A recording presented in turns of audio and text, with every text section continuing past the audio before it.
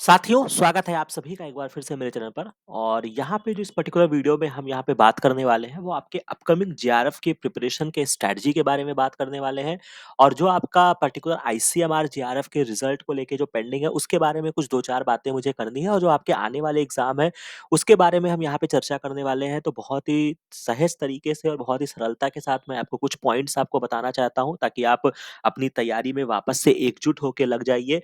ठीक है? और जो भी आपके डाउट्स हैं, जो उन पे मेरी क्या प्रतिक्रिया है, क्योंकि बहुत सारे जो क क्वेरीज़ हैं, वो आपको मेरे को टेलीग्राम चैनल पे देखने को मिल रहे थे।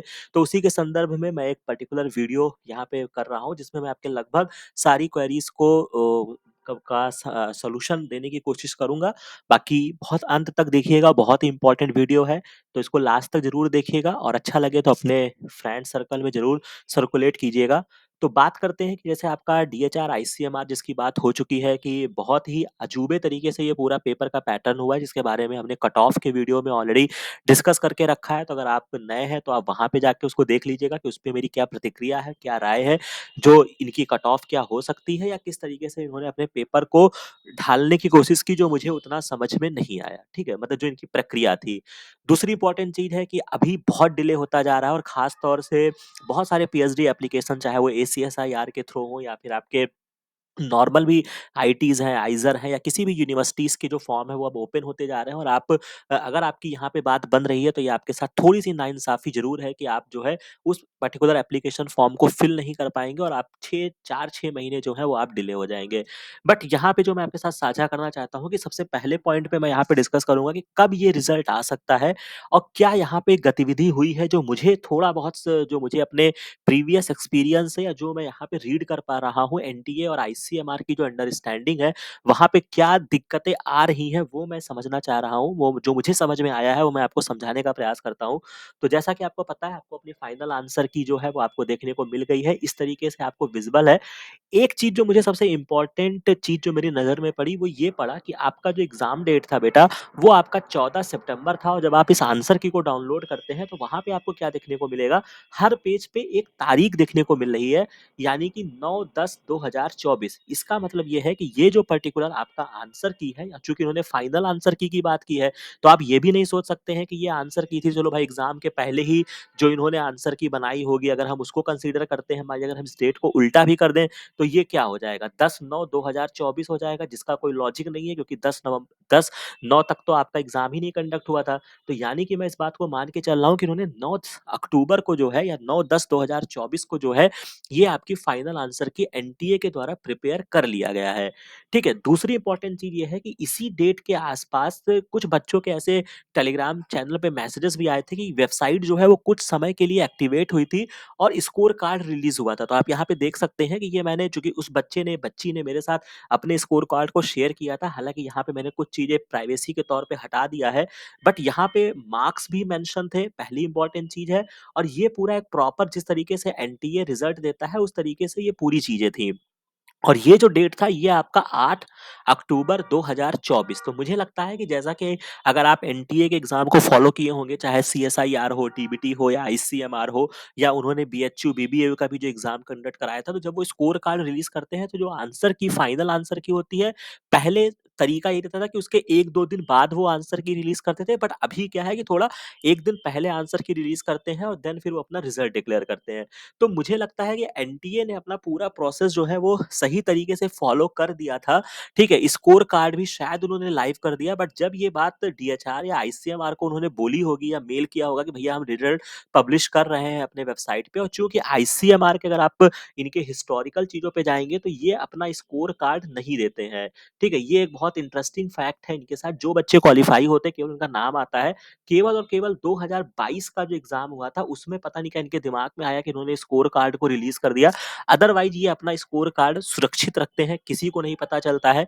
तो मुझे लगता है कि चूँकि ये इनके शायद गाइडलाइंस में नहीं है, या फिर उन्होंने ये सोचा होगा कि पहले हमको अपना कट ऑफ वगैरह बना लेने दो, हमको पूरा रिज़ल्ट कर लेने दो, तब मैं जो है वो आप स्कोर कार्ड रिलीज़ करिए, नहीं करिए। तो मुझे लगता है कि ये वहीं पर बात जो है वो आपकी स्टॉप हो गई है, इसी वजह से। और मुझे लगता है कि यहाँ पे एनटीए के द्वारा ये पूरे प्रोसेस का काम जो है वो जैसा भी, अब चाहे इसको करप्ट मानिए, चाहे आप इसको सही मानिए, जो भी था, इसने अपना काम कर दिया है। अब जो मामला आपका फँसा हुआ है रिज़ल्ट का, वो डीएचआर और आईसीएमआर की तरफ से फँसा हुआ है। यानी कि वो लोग अपना कट ऑफ बनाने में, इस रिज़ल्ट को करने में डिले कर रहे हैं। उसके बहुत सारे रीज़न हो सकते हैं, एडमिनिस्ट्रेटिव स्ट्रेंथ की प्रॉब्लम हो सकती है, आईसीएमआर बहुत सारे चीज़ों को डील करता है, डीएचआर या चूँकि ये दोनों पहली बार एक-दूसरे के सानिध्य में आए हैं, तो हो सकता है कि अभी इन दोनों के अंदर ही कुछ प्रॉब्लम चल रही हो कि एक-दूसरे में कम्युनिकेशन गैप हुआ हो। इस वजह से आपका स्कोर कार्ड या आपका रिज़ल्ट जो है, वो आपका डिक्लेयर नहीं हो पा रहा है, जो मुझे लगता है। बाकी मुझे लगता है कि अब एक चीज़ और भी मैं आपको यहाँ पे बता दूँ, रही बात अब आप ये पूछोगे कि सर आखिर रिज़ल्ट आ कब सकता है, ठीक है? अगर मैं इस बात का जवाब दूँ कि ये कब आ सकता है, तो हो सकता है कि मैं वीडियो रिकॉर्ड कर रहा हूँ, 5 मिनट बाद वहाँ पे अपडेट हो जाए स्कोर कार्ड, ठीक है? एनटीए की तरफ से, या हो सकता है 2 दिन बाद हो, 4 दिन बाद हो। हालाँकि जो लास्ट ईयर में इन्होंने रिज़ल्ट दिया था, वो लगभग इन्होंने मतलब 2-3 बार से ये बहुत डिले कर रहे हैं, तो ये दिसंबर के आस-पास रिज़ल्ट डिक्लेयर कर रहे थे। तो क्या हो सकता है, 1 महीना भी ले सकते हैं यहाँ से, 15 दिन भी ले सकते हैं, 10 दिन भी ले सकते हैं, 1 हफ्ता भी ले सकते हैं। तो मुझे लगता है कि इस विषय पे बहुत ज़्यादा बहुत ज़्यादा सोचने की ज़रूरत नहीं है। जिस दिन आपको जैसे फाइनल आंसर की आपने देखा जब आया तो आपको सूचित कर दिया गया, उसी तरीके से जब भी आपका स्कोर कार्ड या आपका रैंक डिसाइड होगा, वो आपको बता दिया जाएगा। और मुझे लगता है कि अब ऑब्वियस सी बात है कि अब आपका लगभग डिले हो चुका है इस सेशन के तौर पे, तो मुझे लगता है कि ठीक है, उनको करने दो, जैसे भी करके वो सही तरीके से आपको रिज़ल्ट पब्लिश कर दें, वो आप कर लीजिए। बाकी हाँ, एक चीज़ आप और कर सकते हैं, अगर आपको लगता है तो अपने स्टूडेंट्स की तरफ से आप कुछ ट्वीट कर सकते हैं, ठीक है? जिसमें आप डीएचआर, आईसीएमआर, ठीक है? और एनटीए को लेके आप एक ट्वीट करिए स्टूडेंट्स कमिटी के तौर पे कि भैया हमारी पीएचडी एडमिशन में डिले हो रहा है, रिजल्ट नहीं आ रहे हैं, दुनिया भर की चीज़ें हैं। उन चीज़ों को मेंशन करते हुए आप थोड़ा-सा प्रेशर बना सकते हैं, ठीक है? लेकिन मुझे लगता है कि आप दिन-रात अब इस विषय पे मत सोचिए, क्योंकि टेक्निकली अभी आपके पीएचडी के फॉर्म्स जा चुके हैं, तो आप अगर आप इस पर्टिकुलर एग्ज़ाम के भरोसे थे, तो मुझे लगता है कि अभी आप थोड़ा-सा समय पे छोड़ दीजिए। समय के साथ आपका जो रिज़ल्ट होगा वो आपको मिल जाएगा। बाकी रिज़ल्ट मुझे लगता है कि आपको कहाँ देखने को मिलेगा, तो स्कोर कार्ड आना होगा तो आपको यहाँ पे देखने को मिलेगा। अदरवाइज़ आपको आईसीएमआर की ऑफ़िशियल वेबसाइट पे जाना होगा। यहाँ पे आपको इनकी वेबसाइट पे रिज़ल्ट जब आएगा तो मिल सकता है। अदरवाइज़ आपको डीएचआर की वेबसाइट पे जाना होगा, डिपार्टमेंट ऑफ हेल्थ रिसर्च। यहाँ पे आपका व्हाट्स न्यू का ऑप्शन है, तो हो सकता है जब भी आपका रिज़ल्ट अपलोड होगा, तो आपका यहाँ होगा। और अदरवाइज़ मैं तो हूँ ही कि जो आपका जैसे ही रिज़ल्ट, जैसे ही आपकी आंसर की आई, वैसे मैंने आपको सूचित कर दिया।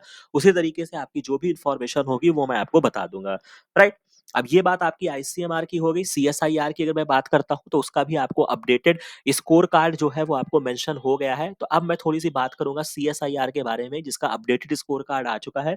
और फिलहाल जो एक बहुत ही चर्चा का विषय है कि आपका एग्ज़ाम कब होगा। तो मेरे यहाँ पे बहुत ज़्यादा मैं इनके टाइमलाइन के पीछे नहीं जाऊँगा कि कब ये फॉर्म रिलीज़ करते हैं, कब नहीं करते हैं। क्योंकि शायद एक चीज़ जो मैं जो समझता हूँ कि यहाँ पर जो प्रॉब्लम होती है वो सामने वाली एजेंसी की प्रॉब्लम होती है, जो मैं रीड आउट कर पाया हूँ। क्योंकि अगर मैं देखता हूँ तो मुझे लगता है कि एनटीए का काम है एग्ज़ाम कंडक्ट कराना, जो इसको मतलब कह सकते हो कि जितने फंड्स होते हैं या जितना ऊपर से प्रोसेस जितना स्मूथ होता है, उसी तरीके से अपने काम को बहुत तरीके से कर लेते हैं। क्योंकि मैं देखता हूँ कि जो आपका डीबीटी का एग्ज़ाम होता है, डीबीटी जेआरएफ होता है, जब से एनटीए ने कराना शुरू किया है, बहुत सही तरीके से जो है वो मार्च के आस-पास फॉर्म रिलीज़ हो जाता है। 20-25 दिन में आपका एप्लीकेशन फॉर्म हो जाता है, रिज़ल्ट भी आ जाता है, सारी चीज़ें मतलब वो टाइम से कर देते हैं। लेकिन वही चीज़ जब इनको सीएसआईआर के साथ करनी होती है, तो इनको आती है प्रॉब्लम। तो मुझे लगता है कि यहाँ पे जो प्रॉब्लम है वो एनटीए में प्रॉब्लम नहीं है, प्रॉब्लम जो है कि आपको क्या इंस्ट्रक्ट किया जा रहा है। तो सीएसआईआर के एंड से ही जो है वो है मुझे लगता है, ठीक है? अपडेटेड स्कोर कार्ड में भी डिले हुआ है, ठीक है? और रही बात, हाँ, एक चीज़ और है कि हाँ, एक चीज़ जो मुझे यहाँ से लग रही है कि शायद अब यहाँ से दिसंबर में एग्ज़ाम करा पाना पॉसिबल नहीं है, क्योंकि चूँकि ये आपका एक बड़ा एग्ज़ाम है, केवल लाइफ साइंस के बच्चे नहीं देते हैं। इसी वजह से इस पर्टिकुलर एग्ज़ाम में इनको 20-25 दिन का टाइम तो एप्लीकेशन फॉर्म को भरने में देना होगा, फिर करेक्शन के लिए देना होगा, और देन फिर दुनिया भर की चीज़ें ये अपना करेंगे। तो फिलहाल के लिए दिसंबर में आपका एग्ज़ाम पॉसिबल होता नहीं दिख रहा है। सीएसआईआर के लिए मैं मान के चलता हूँ कि आपका जनवरी में एग्ज़ाम हो सकता है। और यहाँ पे अब आप इसके पीछे मत जाइए कि जनवरी में कब होगा, 10 तारीख को होगा कि 15 तारीख को होगा कि 25 तारीख को होगा कि फरवरी में जाएगा। 10 को होगा, 25 को होगा। मुझे लगता है कि पहली बात अगर आपका अभी तक सिलेक्शन नहीं हो पाया है, तो इसका मतलब है कि अभी आप में कुछ कमियाँ हैं और जिस तरीके से सीएसआईआर ने अपने लेवल को थोड़ा-सा इंक्रीज़ किया है, अगर आप उस बात को भी मान रहे हैं, तो आपके लिए अच्छी बात है। कम से कम आपको एक मौका मिल रहा है कि आप एक ठंडे दिमाग से आप वापस से पढ़ाई कर सकते हैं, वापस से एक तरीके से आकलन कर सकते हैं कि हाँ भैया, हमसे यहाँ-यहाँ गलती हो रही है या इस टॉपिक्स को मुझे और एनहांस करना चाहिए, वो आप कर सकते हैं। अगर आपका सिलेबस नहीं कंप्लीट है, तो आप सिलेबस कंप्लीट कर सकते हैं। ठीक है? यहाँ तक बात हो गई।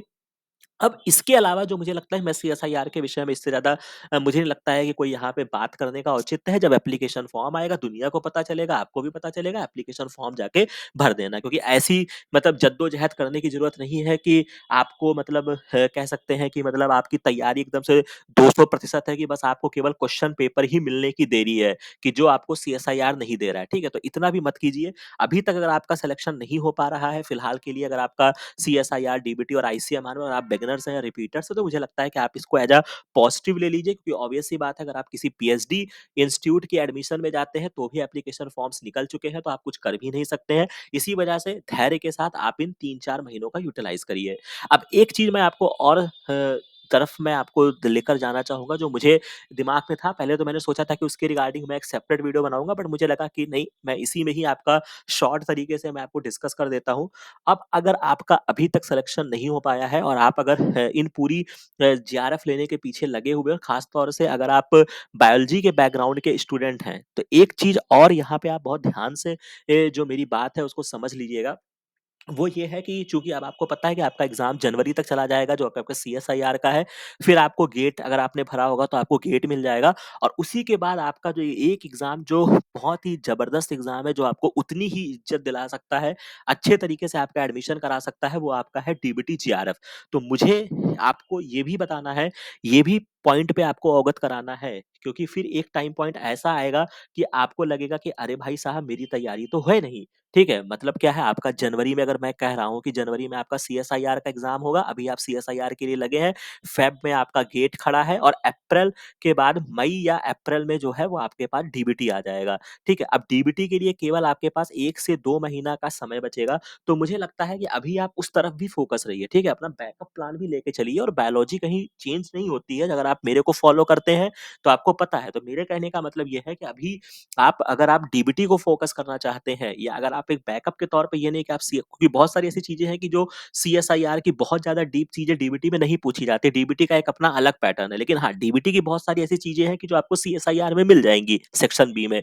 तो मुझे लगता है कि आप उनको भी पढ़ते रहिए ताकि क्या होगा कि आपका एक तीर से 2 निशाना लगेगा, ठीक है?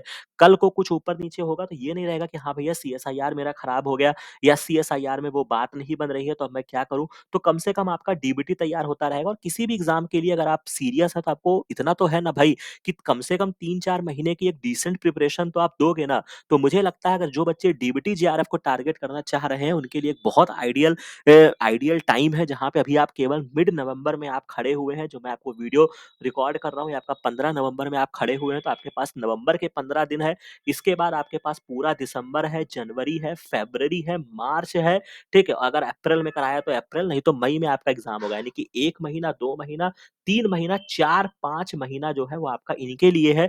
तो मेरा सजेशन आपके लिए ये भी रहेगा कि आप सीएसआईआर तो पढ़ो, लेकिन आप इनको भी ज़रूर पढ़ते रहिए, इनके रिगार्डिंग भी। जैसे अगर फॉर एग्ज़ाम्पल अगर आप मेरे को फ़ॉलो करते हैं, जिसमें मैंने डीबीटी पढ़ा के रखा है, बहुत सारे वीडियोज़ अवेलेबल हैं, पीवाईक्यूज़ कराया है, उसके रोज़ 1 या 2 वीडियो टारगेट करो, ताकि आप जो है वो इस पर्टिकुलर एग्ज़ाम तक आप उस प्लेलिस्ट को कवर कर सको, ताकि आप एक बार लास्ट में रिवीज़न अच्छे से कर सको, ठीक है? और मैं आपको डेफ़िनेटली ये बोल रहा हूँ कि अगर आप डीबीटी को भी सोच के अगर आप पढ़ाई करेंगे ना तो आपको सीएसआईआर में बहुत सारे क्वेश्चन जो हैं वो सेक्शन बी के आपको तैयार हो जाएँगे। ये बात आप समझ लीजिए बहुत गंभीरता के साथ और बहुत सारे ऐसे डिसेंट क्वेश्चन होते हैं जो आपको सीएसआईआर में भी मिल जाएगा, ठीक है? या कभी चीज़ें क्या है कि मान लीजिए आप बहुत ज़्यादा सीएसआईआर में उलझे हुए हैं, मन नहीं कर रहा है बहुत डेवलपमेंटल पढ़ने का, इकोलॉजी पढ़ने का, डीबीटी के एग्ज़ाम में क्या है, थोड़ा कैलकुलेशन आता है, मोलैरिटी आता है, नॉर्मेलिटी आता है, ठीक है? पीएच का क्वेश्चन आ जाता है, ठीक है? कुछ और भी चीज़ें हैं कि जो थोड़ा हट के होता है, तो आप उनको भी पढ़ सकते हैं, आपका दिमाग भी थोड़ा-सा कह सकते हैं कि डाइवर्ट होगा, अच्छा लगेगा।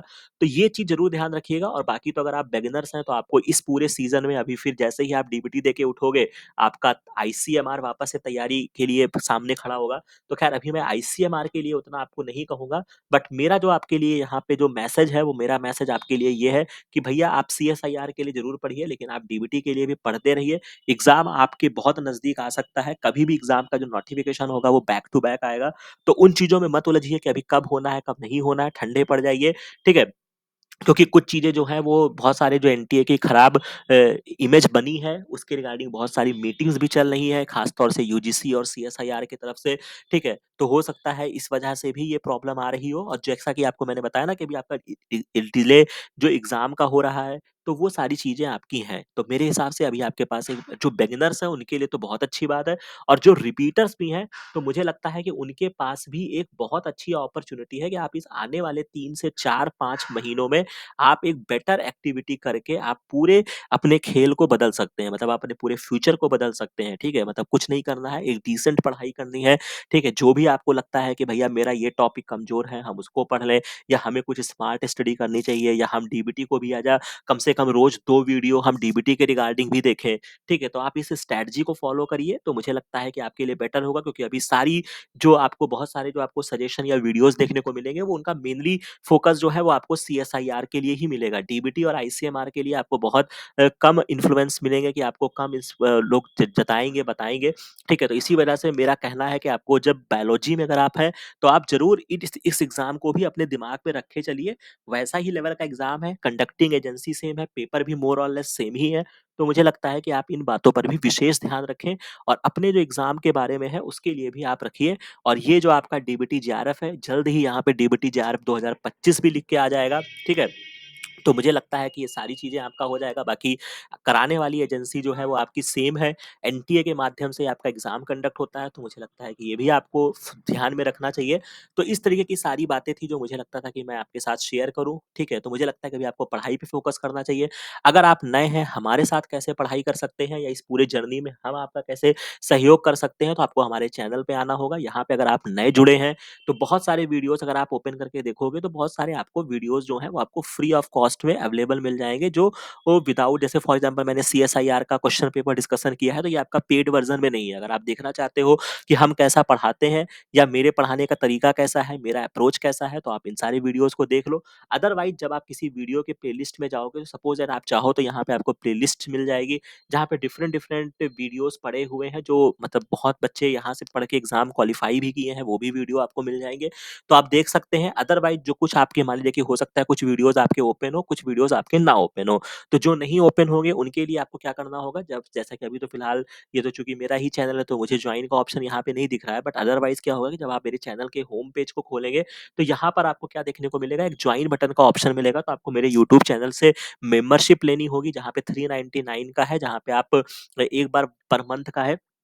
ठीक है, आप उसको लेंगे तो आपको पूरे वीडियोज़ जो होंगे वो आपको एक्सेस हो जाएँगे और आप यहाँ पे देख सकते हैं, इतने वीडियोज़ हैं, इतने लेक्चर्स हैं कि आप पढ़ते-पढ़ते जो है ना मतलब जो 2022-24 का क्वेश्चन पेपर डिस्कशन है, डीबीटी का है और सीएसआईआर एक्सक्लूसिव लेक्चर्स भी मैंने अपलोड कर दिए हैं, ठीक है? ऐसा भी नहीं है कि आपको यहाँ से 70 वीडियोज़ जो हैं वो आपको सीएसआईआर एक्सक्लूसिव वीडियोज़ में मिल जाएँगे, फिर लक्ष्य डीबीटी जेआरएफ में जब आप आएँगे, वहाँ पे आपको जैसे एक और सीएसआईआर का है, यहाँ आपको 41 वीडियोज़ मिलेंगे।